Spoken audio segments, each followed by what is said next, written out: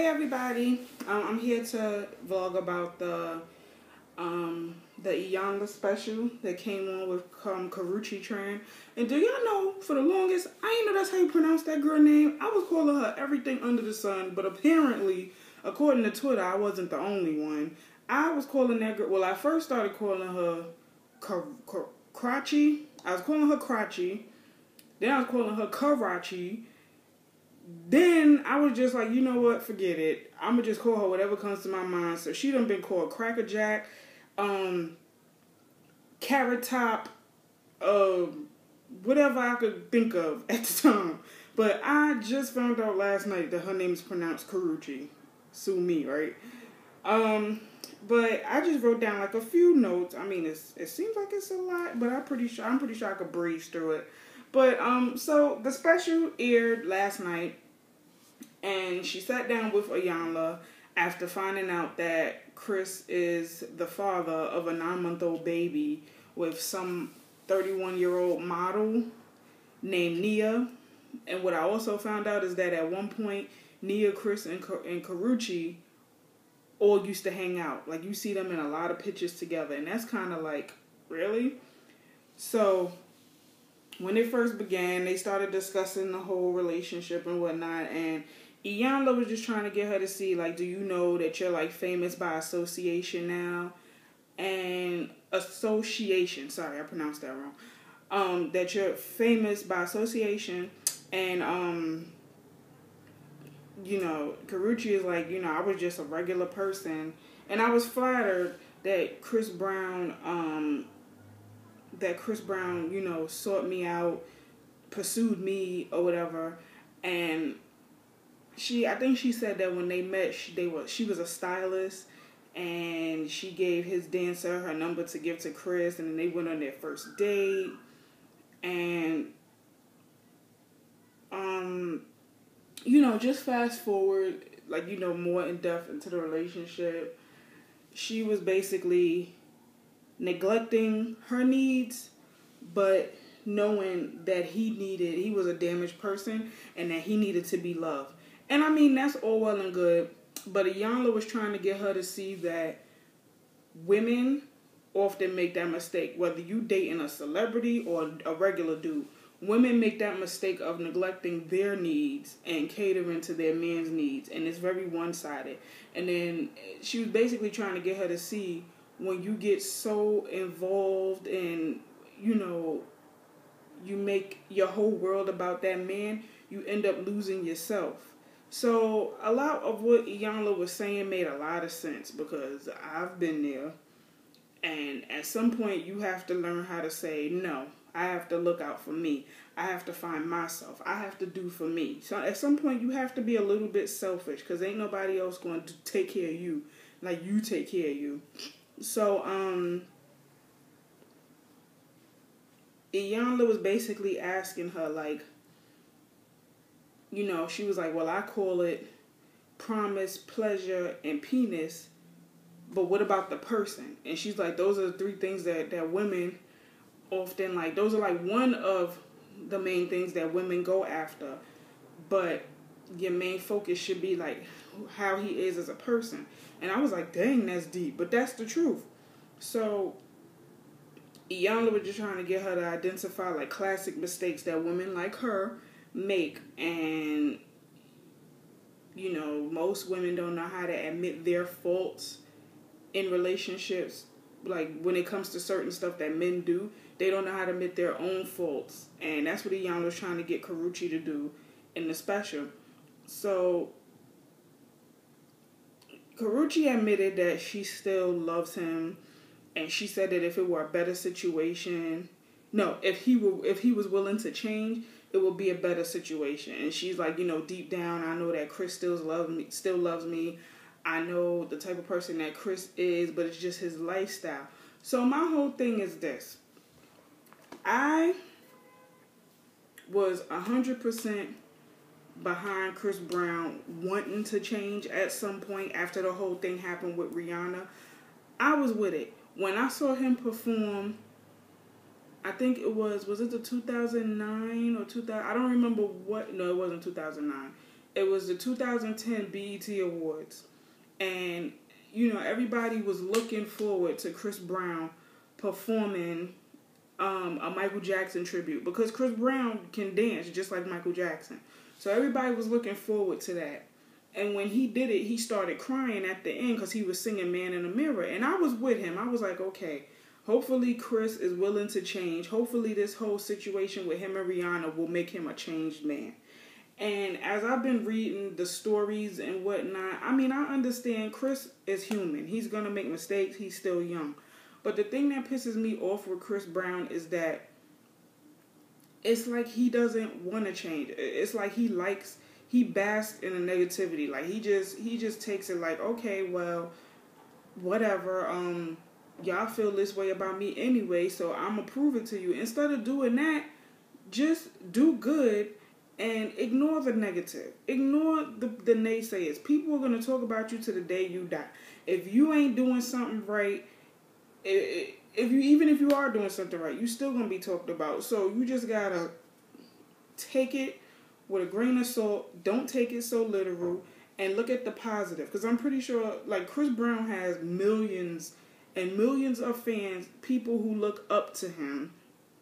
And it's like you basically showing these people, okay, well, it's okay to act like this. I mean, you may not know it, and I tried to explain this to somebody on Facebook too. Like, you may not know it. Like, you're a celebrity. You don't do anything, you know, physically for that person, but mentally, kids are always looking for somebody to look up to. And Chris Brown is somebody that a lot of kids look up to. So he just in my opinion, he has no respect for women at all.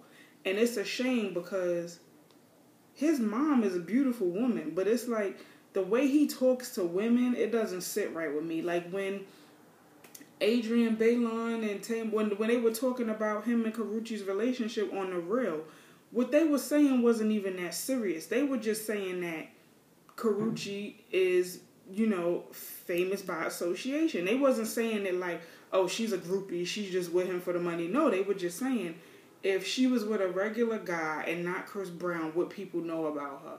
That's all they were saying, and that's the same thing that everybody's been saying. He got on Twitter that day and was saying how, calling Tamar and Adrian a bunch of bitches, just all kinds of craziness, just real nasty and foul. And I'm like, dang, does he kiss his mother with that mouth? That's terrible. So my whole thing, I mean, I know I got a little bit off topic, but I mean, it is Chris Brown we talking about. So it's just that I don't know why, like, and then Karreuche backed him up when he was saying, you know, she was just like, I forgot what she said, but what she said, we were just like, stop. You can't back him up with that because he was just foul. And it's like you sitting up here and you co-signing with him, but he doing his dirt on you. You ride or die for him, he not ride or die for you. And case in point, him and her been on again, off again forever. He even had, at one point, told her that he was going to the store, going somewhere. Next thing you know, he end up on a Jumbotron with Rihanna at a Lakers game. Really? This is the same person who screams, these hoes ain't loyal. Where's his loyalty to you, Karreuche? Where was his loyalty? So, and what also made their relationship tumultuous is that they both will put their business out on Front Street on Twitter, Instagram, Facebook, for all the world to see. And it's like, you can't do that because once you invite outsiders into your home is no longer happy. They will have opinions galore. So, you know, that's both their faults. You should never put your dirty laundry, anything that's going on, you should never put that on Front Street. That should be handled behind closed doors. So they were both at fault for that, and that was the ultimate downfall of their relationship also. So Iyanla Iyanla catches up with Christina Milian, who's best friends with Karreuche, and Iyanla is basically asking her, like, you as her girlfriend, did you like ever sit down and tell her when she was telling you stories about Chris Brown, did you ever sit and tell her, no, that's no good, you need to leave him? Christina Milian was basically saying that she's like neutral in the situation, like Karreuche doesn't really express herself, so she just offers whatever advice that she can from what she gets from Karreuche. So, I mean, that makes sense too, but it also sounds like maybe they're not the best of friends that they think that they are, because you should always have that one good, like Iyanla was saying, that one good girlfriend in the clique that's like, nah. Like, that's telling you what you don't want to hear. Not that's enabling you. And it kind of sort of feels like Christina Milian was an enabler to Karreuche. But, I mean, who knows? Maybe, who knows the dynamic of their relationship, their friendship. But that's kind of what I got from when Iyanla was talking to her. So, Karreuche did admit that she wanted to be married with kids, and Chris didn't really want that. So they weren't on the same page about their future. That should have been red flag number one. And she's basically, feeling like she got emotional because she felt like she let herself down and she didn't mean to do that. And I mean, she kept saying, I'm human. And I mean, we get it. We let ourselves down. We disappoint ourselves sometimes. But sometimes when you disappoint yourself, it's just all the more reason for you to pick yourself up, pull it together, and keep on moving. That's what you got to do sometimes. You're going to disappoint yourself sometimes. You're going to, be proud of yourself sometimes. It's life. It's life. It happens. So, she feels like, she just fed up, and she just feels like the main thing that she'll never do in her next relationships or in her relationships in general is be disrespected again, and she's going to have more of a voice. Which is good, because before this interview, nobody really knew who Karreuche was. Nobody really knew much about her besides her being Chris Brown's girlfriend. And now she's going to have to adjust to life without Chris Brown. She's going to have to disassociate herself from Chris Brown's brand. She's going to have to become Karreuche. She's going to have to make a name for herself. She's going to have to be Karreuche Tran with no association whatsoever. It's Chris Brown. So she has to figure that out. So, she's basically, towards the end, she's gonna, she's basically taking optimism out of the situation. Like, she's not gonna feel sorry for herself.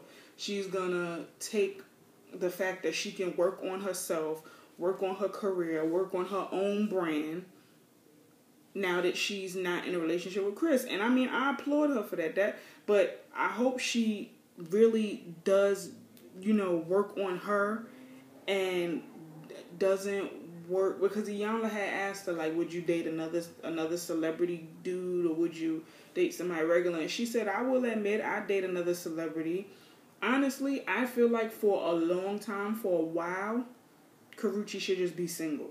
Go out, date. You can date, just don't make no commitments. Because I feel like Karreuche is a pretty girl, and I feel like she has the potential to achieve being a model, an actress, if she works at it. So I feel like she should just be single and just date, or whatever the mindset that she had when she was with Chris, that she, made him wait before they did anything physical. She should keep that. And she said she could count on her hand how many people she slept with. So she should keep it that way and not give her heart fully to anyone until she has her together. So I feel like she should take this time to work on her. And I mean, sometimes when you come out of a long relationship, that's what you have to do. You have to adjust to life without that person. And that's like the hardest adjustment ever, but it's something that needs to be done. So she just wants everybody to know that fame isn't what it's cracked up to be. You have no privacy. You could just be going somewhere, normal. You could be going to the gym, going to the grocery store, and paparazzi is following you. And paparazzi, they are very vicious. They don't care if you having a good day, bad day. They just care about getting a money shot, taking it to whoever develops the pictures, and collecting their check. And that's sad. It's really sad, but that's the life a lot of these celebrities live. Cameras in their face 24/7. It sucks. So, she's just like, fame isn't what everybody think it is. they think it is. She's like that, she feels like overexposed from having her relationship aired for everybody to see on social media to having cameras in her face. And she says she's the type of person, if somebody wants to take a picture with her, she'll stop, say hi, give them hugs, take pictures with them. And Iyanla is like, but see, that's too much exposure. And she's like, yeah, but if I say I don't want to take a picture, they'll be like, oh, she's a bitch. And Iyanla was like, yeah, you are a bitch. You're a broad in total control of herself. And I was like, I like that. I like that. That's a good little acronym, if that's the right word for it. That's a good acronym for the word bitch or whatever. Because, it is, you already overexposed. Your relationship is on Front Street. Y'all are in the spotlight 24/7. So yeah, regress. Take that in. Worry about you. Stay away from the pictures. Don't give no comments. Just, it's time for you to not be sheltered, but make your life more private now. So now Iyanla is digging deep into her past and talking to Karreuche about her family life, and she basically said that she had a father who was in and out of her life. And I think with her and her mom didn't really discuss stuff like this. So, a lot of stuff that happens in your childhood, it comes back to haunt you 10 times worse when you're an adult. I know this firsthand because it's stuff that I'm dealing with now as an adult that wasn't dealt with when I was a kid. So it affects me in my adult life. And it's sad, but you know what? It happens. And this is why I feel like even if people think they don't need it, seek therapy. Nothing is wrong with therapy. Everybody is afraid of therapy. Everybody thinks that they bat-ish crazy if they go see a counselor. Me, I'm all about going to speak to somebody who doesn't know me, somebody that's on the outside looking in, that'll tell me the God honest truth. Because sometimes when you have friends, they feel like, some of them feel like they have to enable you. They have to give you compliments to make you feel better about yourself. But then sometimes you have friends who'll be like, you know what, I love you, but I'm going to tell you the truth about yourself.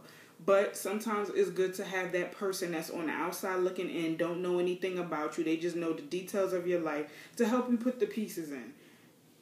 I don't have a problem going to a therapist.